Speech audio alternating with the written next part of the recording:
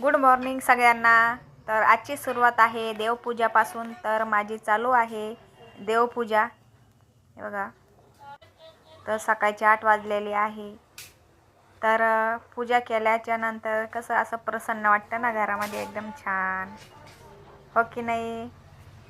तर काल मी गेलेली होती पैठणला, तर थोडा उशीर झाला आज उठायला। तर त्याच्यामुळं थोडंसं उशीरच झाला देवपूजा वगैरे करायला। तर मुलाचा पहिले मी डबा करून दिला सकाळीच, तर तो गेला शाळेमध्ये। हे बघा, माझी पूजा झालेली आहे। किती छान प्रसन्न वाटतं ना।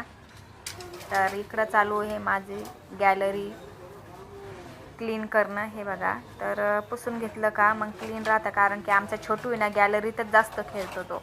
तर रोडवर घर असल्यामुळं धूळ वगैरे जास्त येते, गाड्या ते चालूच असतात। तर दररोज क्लीन करून घेणं लागतं। हे बघा, फरशी पुसल्याबरोबरच लगे इथं खेळू लागला गाड्या। हे बघा, त्याला खूप आवडतं, ऊन पण येतं मस्तपैकी गॅलरीमध्ये।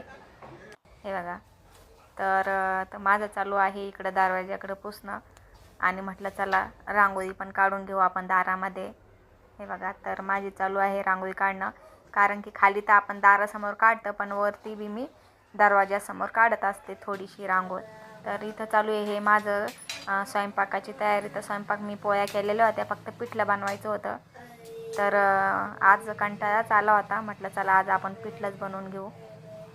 तर हे बघा, पिठलं बनवलं हे का झालं आता स्वयंपाक मस्तपैकी। हे बघा, घेतलं पिठलं मस्त, यांना वाढून देत होते मी मस्त। मग त्याच्यामध्ये तूप पण टाकून खात असतो आम्ही। बघा, त्याच्यामध्ये टाकलं तूप।